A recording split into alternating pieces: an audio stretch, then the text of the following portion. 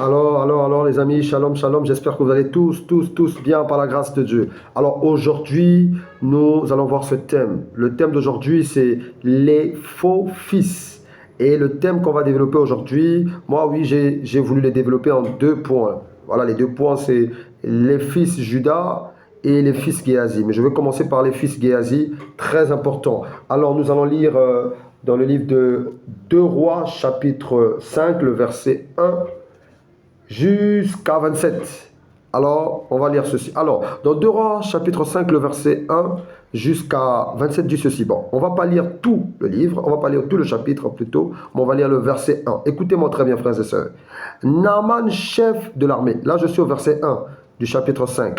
Naaman, chef de l'armée du roi de Syrie, jouissait de la faveur de son maître et d'une grande considération, car c'était par lui que l'Éternel avait délivré les Syriens. Mais cet homme fort, vaillant, était lépreux. Alors cet homme était lépreux. Il était malade. Alors qu'est-ce qui s'est passé? C'est que dans ce chapitre, on nous montre que Élisée avait guéri cet homme. Ce chef de l'armée des Syriens, il avait guéri cet homme. Il avait guéri Naaman, chef de l'armée du roi de Syrie. Alors Élisée avait guéri cet homme. Mais qu'est-ce qui se passe? On se rend compte que dans ce chapitre, on nous montre que Naaman avait apporté des présents. Je ne vais pas tout lire, mais je vais vous expliquer. Alors Naaman avait amené quelque chose, des présents, pour symbole, pour dire à Élisée, vraiment, j'ai vu la gloire de Dieu, la puissance de Dieu dans ma vie. Alors j'ai été guéri de cette maladie. Vraiment, je t'apporte quelque chose qui symbolise vraiment ma reconnaissance. Alors Naaman a apporté, mais Élisée a refusé ces choses. Il a dit non, écoutez-moi très bien. Élisée, qu'est-ce qu'il disait? Élisée répondit dans le verset 16. L'Éternel dont je suis le serviteur est vivant. D'abord, n'oubliez pas, abonnez-vous pour la gloire de Jésus-Christ notre Seigneur. Et n'oubliez pas de liker pour la gloire de Dieu afin d'être au courant des prochaines vidéos. Alors, on revient dans notre verset 16. Élisée répondit, l'Éternel dont je suis le serviteur est vivant. Je n'accepterai pas. Naaman le pressa d'accepter, mais il refusa. Naaman insistait de lui apporter, de lui donner vraiment quelque chose pour lui dire merci. Alors Élisée ne voulait pas, il avait refusé. Maintenant, qu'est-ce qui se passe? Alors, dans le verset 20, écoutez-moi très bien, c'est très important ce thème. On est sur le premier point, les fils Géasi. Alors, qu'est-ce qui se passe? Dans le verset 20, on dit ceci. Écoutez-moi très bien. Géasi, serviteur d'Élisée, homme de Dieu, se dit en lui-même, voici mon maître, aménagé Naaman, ce Syrien, en n'acceptant pas de sa main ce qu'il avait apporté, pas de sa main ce qu'il avait apporté. Voilà, l'Éternel est vivant. Je vais courir après lui et j'en obtiendrai quelque chose. Géasi était fils spirituel d'Élisée. Alors plus son maître avancer de gloire en gloire, en dimension. Vraiment, l'Éternel, notre Dieu, l'amenait plus que ce qu'il était dans ce temps-là, dans une autre dimension. Il allait efficacement dans la mission que le Seigneur lui avait conviée sur la terre. Il faisait des grandes choses, des miracles, des prodiges, beaucoup de choses. Alors, il délivrait. Voilà pourquoi le Seigneur a su le dire dans le livre de 2 Rois, parce qu'ils allaient combattre les Philistins. Et qu'est-ce qui s'est passé? C'est que Élisée a dit au Seigneur, à l'Éternel, si tu pouvais ouvrir les yeux spirituels de la Géasi, de voir qu'on n'est pas que deux, nous sommes plusieurs face à cette armée. Et il ouvra les yeux, le Seigneur ouvra les yeux de Géasi et il lui montra. C'était une parenthèse.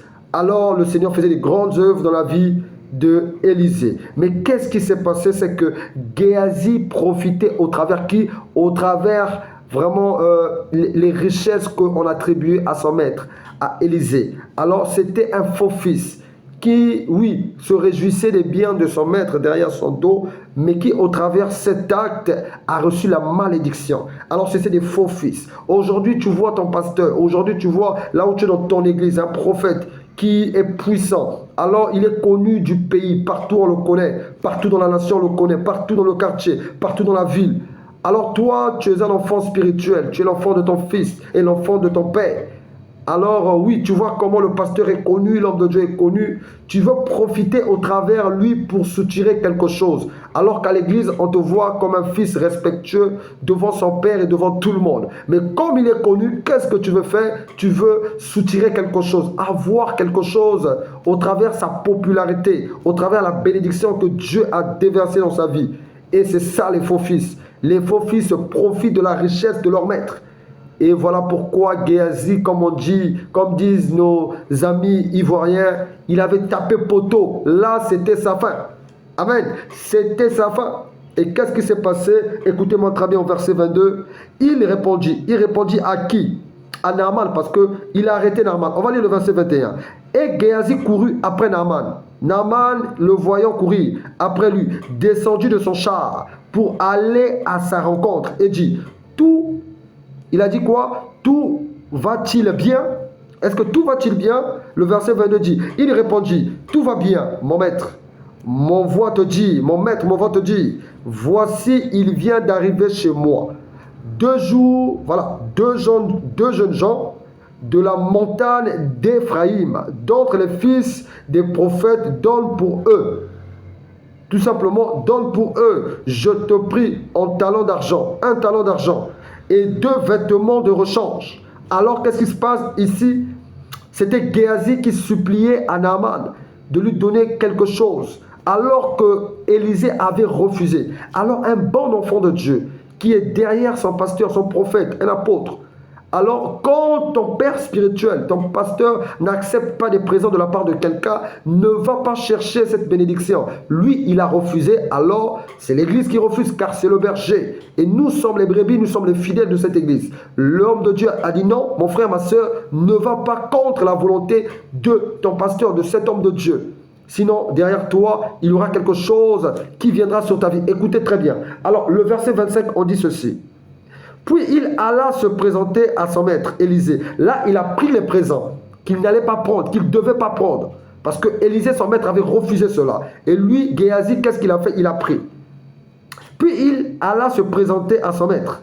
Voilà les conséquences, frères et sœurs, de pouvoir prendre la richesse derrière le dos de l'homme de Dieu, soutirer de l'argent à cause de sa popularité. Puis il alla se présenter à son maître. Élisée lui dit, d'où viens-tu, Géasi?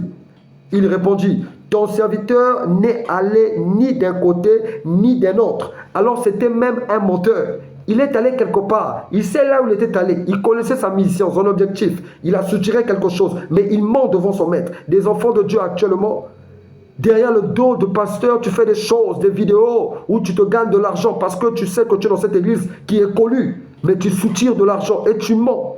Alors, qu'est-ce qui se passe? Après avoir menti, Élisée lui dit, écoutez-moi très bien, frères et sœurs, mon esprit n'était pas absent. Alors l'esprit de son maître était là où il était. Quel esprit efficace! Il était rempli du Saint-Esprit tellement qu'il pouvait avoir des paroles de connaissance. Il pouvait voir, prophète qu'il était. Mais Élisée lui dit, mon esprit n'était pas absent. Lorsque cet homme a quitté son char, son esprit se déplaçait. L'esprit de Dieu en lui a permis qu'il voie des choses. Mais Élisée lui dit, mon esprit n'était pas absent lorsque cet homme a quitté son char pour venir à ta rencontre. Est-ce le temps de prendre de l'argent?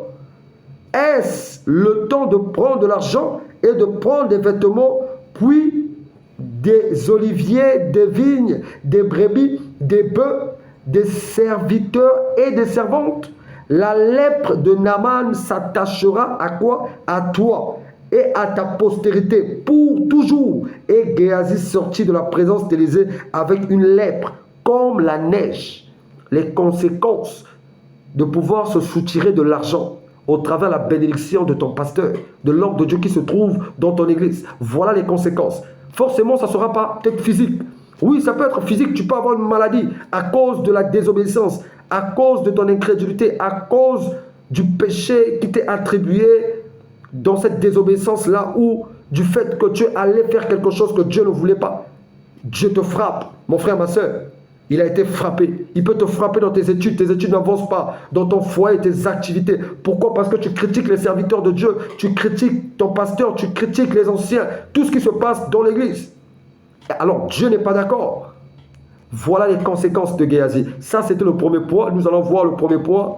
dans les vidéos qui viennent. Alors, ça sera la deuxième partie. Abonnez-vous, abonnez-vous, abonnez-vous. Pour la gloire de Dieu, surtout n'oubliez pas liker pour la gloire du Seigneur Jésus. Soyez bénis au nom de Jésus.